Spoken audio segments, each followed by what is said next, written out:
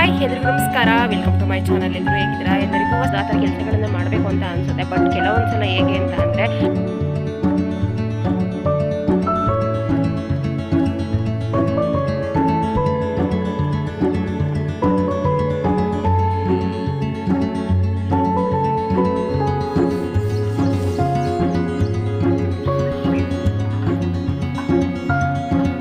ತುಂಬ ಚೆನ್ನಾಗಿ ಕಾಣಿಸ್ತಾ ಇದೆ ವಿಡಿಯೋದಕ್ಕಿಂತ ಡೈರೆಕ್ಟಾಗಿ. ಹಾಯ್ ಎಲ್ರಿಗೂ ನಮಸ್ಕಾರ. Welcome to my channel. ಎಲ್ಲರೂ ಹೇಗಿದ್ದೀರಾ? ಎಲ್ಲರಿಗೂ ಹೊಸ ವ್ಲಾಗ್ಗೆ ವೆಲ್ಕಮ್ ಮಾಡ್ತಾ ಇವತ್ತಿನ ಪುಟಾಣಿ ವ್ಲಾಗನ್ನು ಸ್ಟಾರ್ಟ್ ಮಾಡ್ತಾ ಇದ್ದೀನಿ.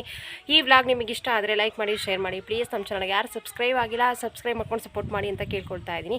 ಬನ್ನಿ ಇವತ್ತಿನ ಈ ಪುಟಾಣಿ ವ್ಲಾಗನ್ನು ಸ್ಟಾರ್ಟ್ ಮಾಡೋಣ. ಇವತ್ತು ಬೆಳಗ್ಗೆಯಿಂದನೇ ವ್ಲಾಗ್ ಮಾಡ್ತಾಯಿದ್ದೀನಿ. ನೋಡೋಣ ಹೇಗೆ ಹೋಗುತ್ತೆ ಅಂತ. ಯಾಕೋ ಗೊತ್ತಿಲ್ಲ, ಸಿಕ್ಕಾಪಟ್ಟೆ ಒಂಥರ ಏನಂತಾರೆ ಲೇಸಿ ಆಗಿಬಿಟ್ಟಿದ್ದೀನಿ. ಇವತ್ತು ಯಾವುದೇ ಜಾಸ್ತಿ ಕೆಲಸ ಮಾಡೋದಕ್ಕೆ ಮನಸ್ಸೇ ಇಲ್ಲ. ಮಿನಿಮಮ್ ಎಷ್ಟಾಗುತ್ತೆ ಬ್ಯಾಲೆನ್ಸ್ ಮಾಡೋದಕ್ಕೆ ಅಷ್ಟು ಕೆಲಸ ಮಾಡೋದು. ಕೆಲವೊಂದು ಸಲ ಗೊತ್ತಾಗುತ್ತೆ ಎಷ್ಟೇ ಕೆಲಸ ಮಾಡಿದ್ರೂ ಬೇಜಾರಾಗ್ತಾರಲ್ಲ, ಇನ್ನೂ ಕೆಲಸ ಮಾಡಬೇಕು ಅಂತ ಅನಿಸುತ್ತೆ. ಏನಾದ್ರೂ ಈ ಥರ ಮತ್ತೇನಾದ್ರೂ ಕ್ಲೀನಿಂಗ್ ಕೆಲಸ ಅಥವಾ ಏನಾದ್ರೂ ಅರೇಂಜ್ ಮಾಡೋದು ಆ ಥರ ಕೆಲಸಗಳನ್ನು ಮಾಡಬೇಕು ಅಂತ ಅನಿಸುತ್ತೆ. ಬಟ್ ಕೆಲವೊಂದು ಸಲ ಹೇಗೆ ಅಂತ ಅಂದರೆ ಮನೇಲಿ ಮಾಡುವಂತಹ ಮಿನಿಮಮ್ ಕೆಲಸಗಳನ್ನು ಮಾಡೋದಕ್ಕೆ ಮನಸ್ಸಿರೋದಿಲ್ಲ. ನಿಮಗೂ ಹೇಗೆ ಅನಿಸುತ್ತಾ? ಹೌಸ್ ವೈಫ್ ಯಾರೆಲ್ಲ ಇದ್ದೀರಾ ಕಮೆಂಟಲ್ಲಿ ತಿಳಿಸಿ. ಖಂಡಿತ ಎಲ್ರಿಗೂ ಒಂದಲ್ಲ ಒಂದಿನ ಈ ಥರ ಅನಿಸಿರುತ್ತೆ.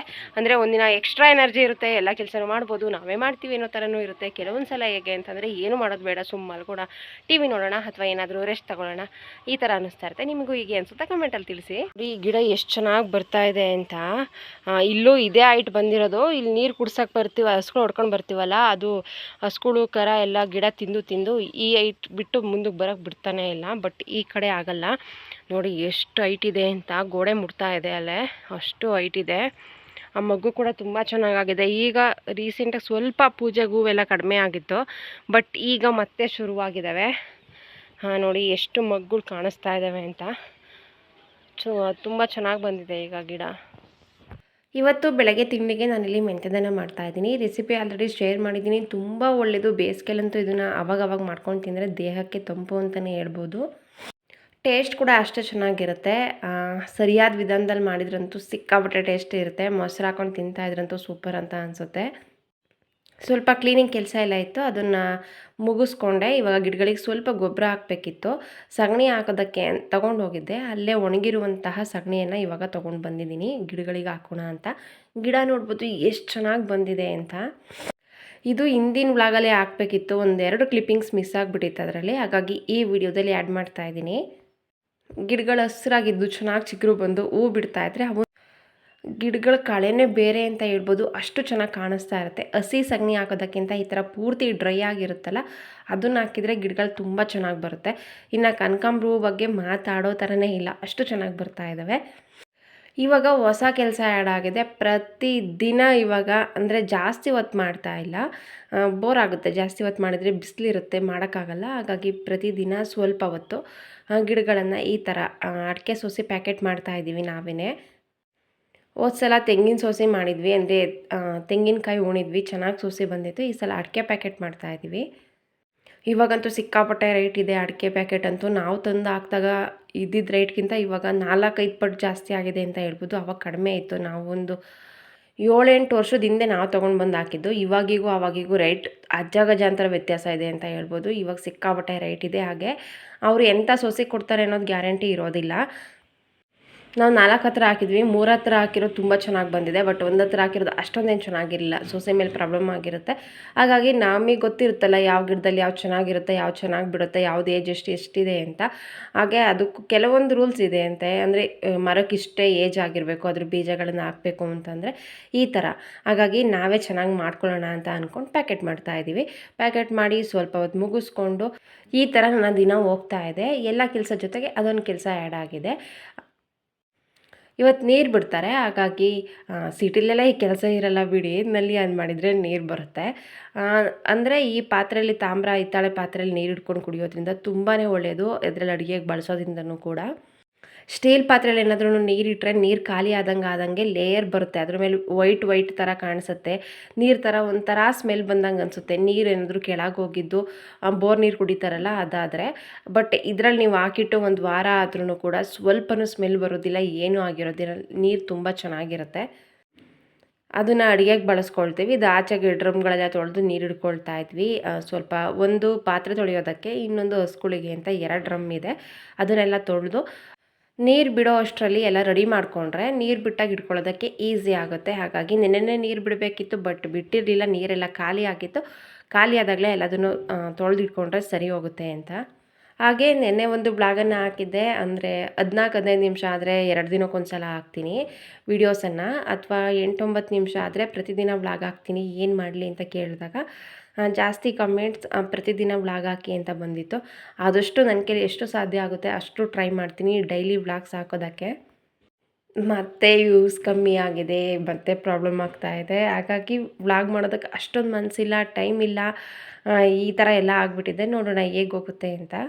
ಆಚೆ ಕೆಲಸ ಎಲ್ಲ ಮುಗಿಸ್ಕೊಂಡು ಮಾಮೂಲಿ ಕಸ ಹೊಡೆಯೋದು, ನೆಲ ಒರೆಸೋದು ಆ ಕೆಲಸ ಇತ್ತು. ಆ ಕೆಲಸ ಎಲ್ಲ ಮುಗಿಸ್ಕೊಂಡೆ ಇವಾಗ ಮಧ್ಯಾಹ್ನದ ಊಟಕ್ಕೆ ಅನ್ನ ಸಾಂಬಾರು ಮಾಡೋದಿತ್ತು. ಮುದ್ದೆ ಏನು ಮಾಡೋದಿಲ್ಲ, ನೈಟ್ ಟೈಮ್ ಮಾಡ್ತೀನಿ. ಯಾಕೋ ಬೋಂಡ ತಿನ್ಬೇಕಂತ ಅನ್ನಿಸ್ತಾ ಇತ್ತು. ಮನೇಲಿ ಸಬ್ಸಿಗೆ ಸೊಪ್ಪಿತ್ತು, ಹಾಗಾಗಿ ಬೋಂಡನೇ ಮಾಡೋಣ ಅಂತ ಅಂದ್ಕೊಂಡು ಬೋಂಡ ಮಾಡ್ತಾಯಿದ್ದೀನಿ. ಸಾಂಬಾರು ಸೊಪ್ಪು ಇತ್ತು, ಸಬ್ಸಿಗೆ ಸೊಪ್ಪಿತ್ತು, ಹಾಗಾಗಿ ಈರುಳ್ಳಿ ಬೋಂಡ ಮಾಡ್ತಾಯಿದ್ದೀನಿ. ಜಾಸ್ತಿ ನಾವು ಮಾಡೋದೇ ಮೆಣಸಿನ್ಕಾಯಿನ ಬೋಂಡ. ಈರುಳ್ಳಿ ಬೋಂಡ ಮಾಡಿ ತುಂಬ ದಿನ ಆಗಿತ್ತು,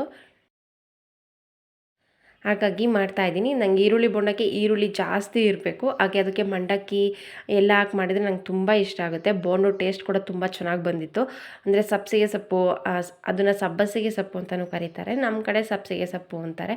ಅದನ್ನು ಹಾಕಿರೋದ್ರಿಂದ ಒಳ್ಳೆ ಘಮ ಬರ್ತಾ ಇರುತ್ತೆ, ಟೇಸ್ಟ್ ಕೂಡ ಅಷ್ಟು ಚೆನ್ನಾಗಿರುತ್ತೆ. ಪ್ರತಿದಿನ ಮನೇಲಿ ಏನು ಸಾಂಬಾರು ಮಾಡೋದು, ಏನು ತಿಂಡಿ ಮಾಡೋದು, ಅದೇ ಒಂದು ಎಲ್ಲರ ಮನೇಲೂ ಪ್ರಾಬ್ಲಮ್ ಆಗಿಬಿಟ್ಟಿರುತ್ತೆ. ಎಲ್ಲರಿಗೂ ಹಾಗೆ ಅನಿಸುತ್ತೆ, ಪ್ರತಿದಿನ ಅದೇ ಮಾಡೋದು, ಏನು ತಿಂಡಿ ಮಾಡೋದು, ಏನು ಸಾಂಬಾರು ಮಾಡೋದು ಅಂತ. ನನಗೂ ಕೂಡ ಇವತ್ತು ಹಾಗೆ ಅನ್ನಿಸ್ತಾಯಿತ್ತು, ಏನು ಸಾಂಬಾರು ಮಾಡೋದು ಅಂತ. ಕ್ವಿಕ್ಕಾಗಿ ಇವಾಗ ಸ್ವಲ್ಪ ಸೊಪ್ಪಿತ್ತು, ಬೇಳೆ ಹಾಕಿ ಅದನ್ನೇ ಸೊಪ್ಪಿನ ಸಾಂಬಾರು ಥರ ಮಾಡಿಕೊಂಡೆ. ಟೇಸ್ಟ್ ಚೆನ್ನಾಗಿ ಬಂದಿತ್ತು. ಮಾಡಿದ್ದೇ ಮಾಡಿ ರಿಪೀಟ್ ಮಾಡ್ತಾಯಿದ್ರೆ ಮತ್ತು ಊಟ ಮಾಡೋದಕ್ಕೂ ಬೇಜಾರು ಅನಿಸ್ತಾ ಇರುತ್ತೆ, ಅದನ್ನೇ ತಿಂದಂಗೆ ಅನಿಸುತ್ತೆ. ಅಥವಾ ಬರೀ ಸಾಂಬಾರು ಆದ್ರೂ ಬೇಜಾರಾಗುತ್ತೆ. ಏನು ಮಾಡೋದು ಅಂತ ಎಲ್ಲರಿಗೂ ಅನಿಸುತ್ತೆ. ನಿಮಗೂ ಹೀಗೆ ಅನಿಸುತ್ತಾ? ಕಮೆಂಟಲ್ಲಿ ತಿಳಿಸಿ. ಹಾಗೆ ಇದೊಂದು ಗುಲಾಬಿ ಗಿಡ ನೋಡಿ ಎಷ್ಟು ಚೆನ್ನಾಗಿ ಬಂದಿದೆ ಅಂತ. ಹೂ ತುಂಬ ಬಿಡ್ತಾ ಇದೆ. ಹೂ ಕೀಳ್ದಂಗೆ ಏನು ಬಿಡೋದಿಲ್ಲ, ಪೂಜೆಗೆಲ್ಲ ಹೂ ಕಿತ್ಕೊಳ್ತಾನೆ ಇರ್ತೀವಿ.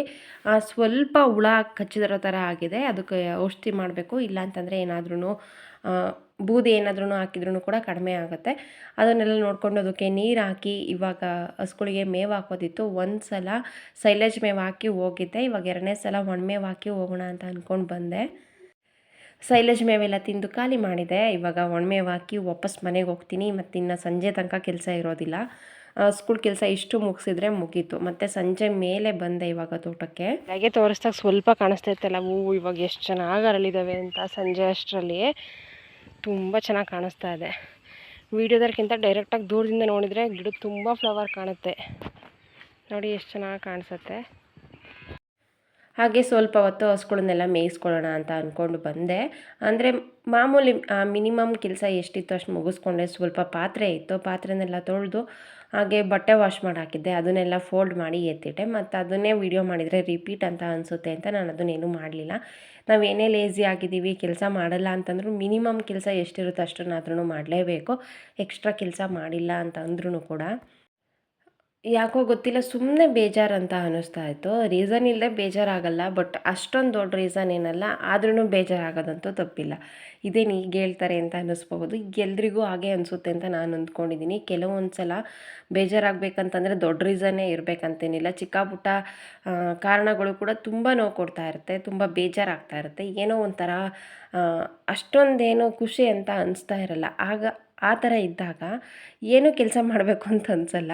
ಅದೊಂದು ಕಳ್ಳೆಪ್ಪನ ಅಥವಾ ಹಾಗೆ ಅನಿಸುತ್ತಾ ಗೊತ್ತಿಲ್ಲ. ನನಗೂ ಕೂಡ ಹಾಗೇ ಅನ್ನಿಸ್ತಾ ಇತ್ತು. ಏನೇನೋ ಯೋಚನೆ ಬರ್ತಾಯಿತ್ತು, ಏನೇನೋ ಒಂಥರ ಏನೋ ಫೀಲ್ ಆಗ್ತಾಯಿತ್ತು. ಮತ್ತು ಹಾಗೆ ಕೂತ್ರೆ ಅದೇ ಆಲೋಚನೆ ತಲೆಯಲ್ಲಿ ಓಡ್ತಾ ಇರುತ್ತೆ. ಏನಾದ್ರೂ ಕೆಲಸದಲ್ಲಿ ಬ್ಯುಸಿ ಇದ್ದರೆ ಅದರಿಂದ ಹೊರಗಡೆ ಬರ್ಬೋದು. ಅದೇ ಥರ ನಾನು ಕೂಡ ಏನೇನೋ ಕೆಲಸ ಮಾಡ್ಕೊಂಡು ಕೂರ್ತಾ ಇದ್ದೆ ಅಥವಾ ಮಲಗ್ತಾ ಇದ್ದೆ. ಇವತ್ತೊಂದು ಗಂಟೆ ಮಲಗಿ ಚೆನ್ನಾಗಿ ರೆಸ್ಟ್ ಮಾಡಿದೆ. ಮೈಂಡ್ ಸ್ವಲ್ಪ ರಿಫ್ರೆಶ್ ಅಂತ ಅನ್ನಿಸ್ತು. ನಮ್ಮ ಹುಡುಗಿಗೆ ಯಾಕೋ ಹುಷಾರಿರಲಿಲ್ಲ ಬೆಳ್ಳಿಗೆ, ಹಾಗಾಗಿ ಅವಳಿಗೆ ಟ್ಯಾಬ್ಲೆಟ್ ಕೊಡಬೇಕಿತ್ತು. ಹಾಗೆ ಕೊಟ್ಟರೆ ತಿನ್ನೋದಿಲ್ಲ. ಅವಳಿಗೆ ಏನಾದರೂ ಈ ಥರ ಕೈ ತಿಂಡಿ ಕೊಡೋದು ಅಂದರೆ ಸಿಕ್ಕಾಪಟ್ಟೆ ಇಷ್ಟ ಅವಳಿಗೆ. ನೋಡಿ ಯಾವ ಥರ ಆಡ್ತಾಳೆ ಅಂತ, ಕೊಡೋ ತನಕನೂ ಬಿಡೋದಿಲ್ಲ. ನಮ್ಮಮ್ಮ ಚೆನ್ನಾಗಿ ಅಭ್ಯಾಸ ಮಾಡಿದ್ದಾರೆ. ಬಾಳೆಹಣ್ಣು ಮಧ್ಯದಲ್ಲಿ ಮಾತ್ರೆ ಇಟ್ಟು ಕೊಡ್ತಾ ಇದೆ, ಅವಳಿಗೆ ಗೊತ್ತೇ ಆಗೋದಿಲ್ಲ, ಆ ಥರ ತಿಂತಾಳೆ. ಮತ್ತು ಒಂದು ಕೊಟ್ಟು ಸುಮ್ಮನಾದರೆ ಮತ್ತು ಇವೆರಡು ಬೇಜಾರು ಮಾಡ್ಕೊಳ್ತವೆ. ಹಾಗಾಗಿ 3ಕ್ಕೂ ಕೂಡ ಕೂಡ 3 ಬಾಳೆಹಣ್ಣು ತೊಗೊಂಡು ಬಂದಿದ್ದೆ, 3ಕ್ಕೂ ಬಾಳೆಹಣ್ಣು ತಿನ್ನಿಸ್ದೆ. ಮತ್ತು ಸಂಜೆ ಆಯ್ತಲ್ಲ ಹಾಲು ಕರೆಯೋದು ಕಾಫಿ ಇಡೋದು ಇದೇ ಮಾಮೂಲಿ ಕೆಲಸ ಶುರುವಾಗುತ್ತೆ. ಸ್ವಲ್ಪ ವೀಕ್ ಆಗಿದ್ದಾಳೆ ಅಂತ ಅನ್ನಿಸ್ತು. ಬೆಳ್ಳಿ ಅಂದರೆ ಸ್ವಲ್ಪ ಅದಕ್ಕೆ ಹೆಲ್ತ್ ಸರಿ ಇರಲಿಲ್ಲ. ಮತ್ತು ಮೇವೆಲ್ಲ ಇಟ್ಟು ಬೂಸ ತಿನ್ನಿಸಿ ಅದಕ್ಕೆ ಕೆಲಸ ಎಲ್ಲ ಮುಗಿಸ್ದೆ. ಇವತ್ತಿನ ವ್ಲಾಗ್ ಇದಾಗಿತ್ತು. ಇಷ್ಟ ಆಗಿದೆ ಅಂತ ಭಾವಿಸಿದ್ದೀನಿ. ಇಷ್ಟ ಆದರೆ ಲೈಕ್ ಮಾಡಿ. Thank you.